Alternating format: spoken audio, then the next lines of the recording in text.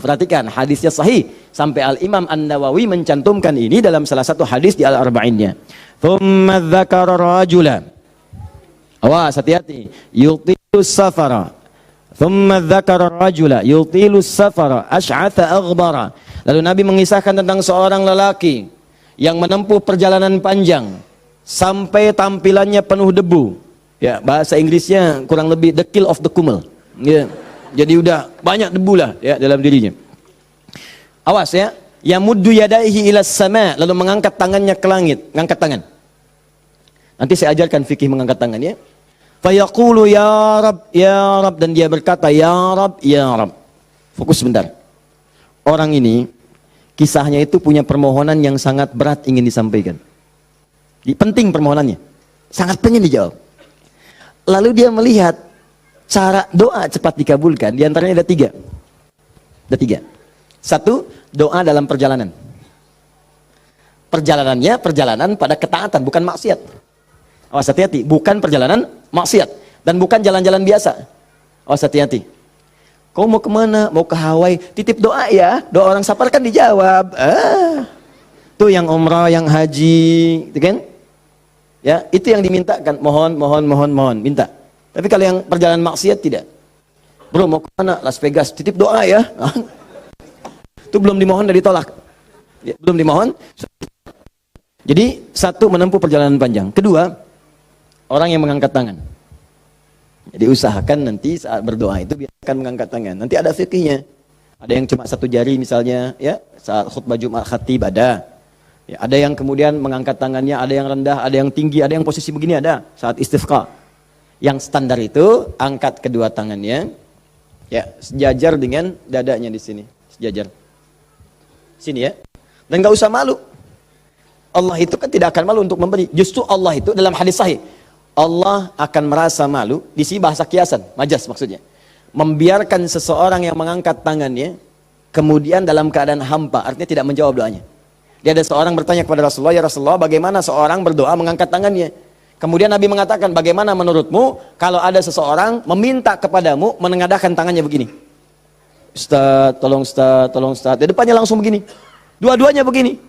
Kata orang ini, saya malu kalau nggak ngasih. Saya malu kalau nggak ngasih. Maka kata Nabi, Allah lebih merasa malu. Karena Allah itu sifatnya lebih dalam dibandingkan dengan hamba. Rahmannya, rahimnya, pemberinya, wahabnya. Kata Nabi, Allah lebih merasa malu ketika membiarkan seorang mengangkat tangan memohon dan meninggalkan dalam keadaan hampa. Ya, jadi Anda mengangkat, itu biasanya sejajar dengan dada di sini yang standar. Kalau saya biasanya mendekatkan seperti ini dan menggabungkan di antara jemari di garis-garis yang ada ini. Kan garis kita itu kan ada garis kan, kanan kiri. Ya, biasanya kalau saya mendekatkan begitu kemudian menyatukan dan meluruskan lalu bermohon kepada Allah. Ya, nanti ada lagi fikih yang lain menghadap kiblat dalam keadaan berwudu ada, tapi poinnya mengangkat tangan. Ya, standarnya mengangkat sejajar dada. Boleh seperti ini renggang boleh.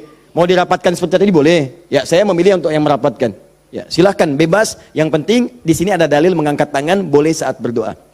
Baik, 2, 3, memohon didahului dengan al-asmaul husna. Memohon didahului dengan al-asmaul husna. Masih ingat yang pertama tadi apa? Safar, perjalanan jauh. Kedua, mengangkat tangan. Ketiga, dibuka atau didahului dengan al-asmaul husna. Ya, awas fokus. Dalilnya apa? Langsung dari Al-Quran dan Sunnahnya. Di Al-Quran misalnya Quran surah ke-17. Sudah? Dari ayat 110-nya. Ketika Allah sampaikan, Qulid Allah awid'ur rahman ayyamma tad'u falahul asmaul husna. Ada? Paling kanan, agak sedikit ke tengah. Qulid Allah. Hei, kalau kamu punya kebutuhan, panggil Allah. Panggil Allah. Bukan panggil dukun, bukan panggil paranormal, bukan panggil yang macam-macam. Panggil Allah, minta, karena Allah sudah janji. Allah sudah berjanji dalam kandungan kita. Di Quran surah ke-7 ayat 172. Wa idh akhadha rabbuka min bani Adam min zuhurihim dzurriyyatahum wa ashhadahum ala anfusihim. Awas, alastu bi rabbikum? Qalu bala syahidna. Ketika Allah mengambil perjanjian pada setiap anak cucu Adam. Awas, hati-hati, sejak dalam masa kandungan. Ditafsir di Al-Arba'in, di hadis Nabi riwayat Abu Abdurrahman Abdullah bin Mas'ud radhiyallahu ta'ala anhu. Awas, nomor 4 posisinya di Al-Arba'in, paling kiri sebelah atas. Disampaikan, inna ahadakum yujma'u fi batni ummi, kata Nabi, 40 yawman nutfah, thumma yakunu 'alaqah, thumma yakunu mithla dzalika mudghah, thumma yursalu ilaihil malak, awas, fayanfukhu fihi ruh, wa yaktubu yu'maru bikatbi arba'in. Ya bikatbi rizqihi wa ajalihi as'idun huwa am syaqiyun. Awas, hati-hati. Dalam usia 4 bulan ditiupkan nafasnya, awas, masuk ruhnya, ditiupkan ruh, bernafas dia, ditetapkanlah 4 hal, terjadilah perjanjian pada saat itu. Perjanjian pertama, alastu bi rabbikum, apakah engkau berikrar mau menjadikan aku sebagai Rabb? Siap. Apa? Kenapa menyebut Rabb? Padahal Allah bisa mengatakan begini, alastu ilahakum, alastu rahmanakum, tapi Allah mengatakan alastu bi rabbikum, bukankah aku Rabbmu? Rabb tidak disebutkan kecuali mengandung sifat rububiyah. Rububiyah itu perawatan, pengawasan, perhatian. Sifatnya yang paling pendek disebut dengan murabbi. Karena itu guru orang tua disebut murabbi. Karena orang tua memperhatikan, orang tua merawat. Kalau tanpa batas, perawatannya cepat, perhatiannya dalam, hilangkan kalimat mimnya, muncullah kalimat Rabbnya. Maka Allah disebut dengan Rabbun. Kalau kita meminta, Allah lebih cepat pemberiannya dibandingkan dengan hamba. Dan tidak ada batas. Rabbun, Rabbun, Rabbun. Makanya setiap kita minta, disebutkanlah kalimat Rabb itu.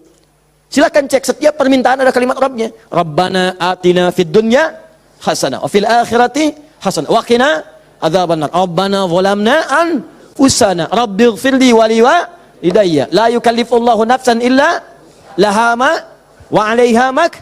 Rabbana la tu'akhidna in nasina aw akhtana.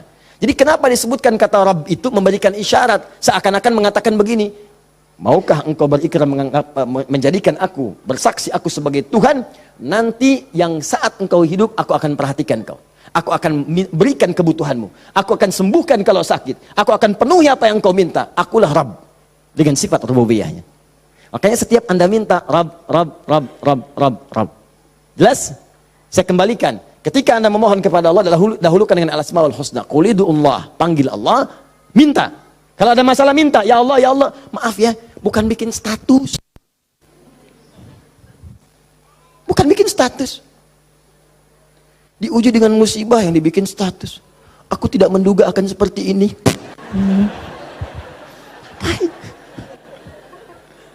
Terus yang tidak lucu, kenapa doanya di media sosial? Doa itu di mihrab, doa di kamar, doa di masjid, bukan doa di Facebook. Ya, doa di Instagram, doa di Facebook. Aminkan ya, like. Apa yang mau dicari? Udah minta yang betul.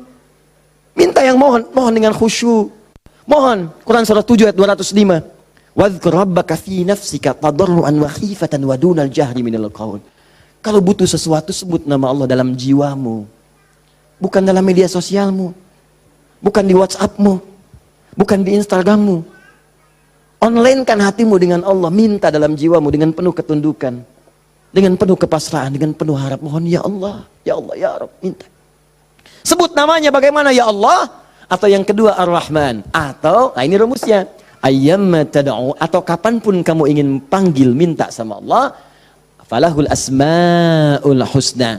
Carilah nama-nama terbaik yang Allah miliki sesuai dengan kebutuhanmu. Jadi Allah itu telah memberikan nama bagi dirinya sesuai kebutuhan kita. Panggil dengan nama itu. Misal ya, maaf. Anda terkait rezeki nih, mau bekerja, pengen rezeki yang berkah. Panggil namanya ya Allah, sambungkan dengan nama Asmaul Husnanya. Ya Allah, ya Razzaq. Teman-teman yang kuliah di kampus, di sekolah, besok mau ujian atau mau masuk sekolah belajar pertama, supaya diberikan ilmu yang dalam. Ya Allah, ya Alim.